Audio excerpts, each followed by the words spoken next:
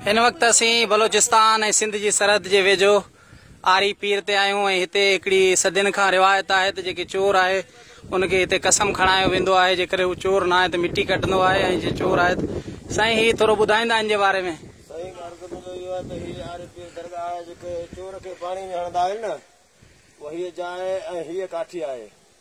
हिनखे हीअं उभो करे सिधो पाणी में लाहींदा अंदरि पोइ चोर हिन सां वेंदो। पोइ चोर हूंदो त मिटी हिन सां कोन निकिरंदी। जे साधु हूंदो त मिटी कढी खणी ईंदा। उहो हीअ लकिड़ो आहे जेके खणी ईंदा आहिनि पाणी में रखंदा आहिनि उहा हीअ काठी आहे। हिन पाणी में अंदरि छा आहे कुझु आहे? वरी पाणी में अंदरि हिन में वागू आहिनि।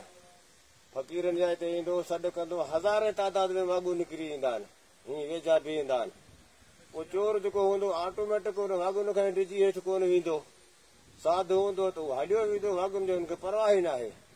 हलियो वेंदो हुनजे लाइ पोइ का शइ न आहे। वागू हुनखे चवंदा बि न आहिनि। हीअं वीचारा सभु पासे में हीअं बीठा हूंदा आहिनि। सही महिरबानी साईं। हा हुनखे चवंदा बि न आहिनि। नालो न आहिनि काठी उहा हीअ आहे।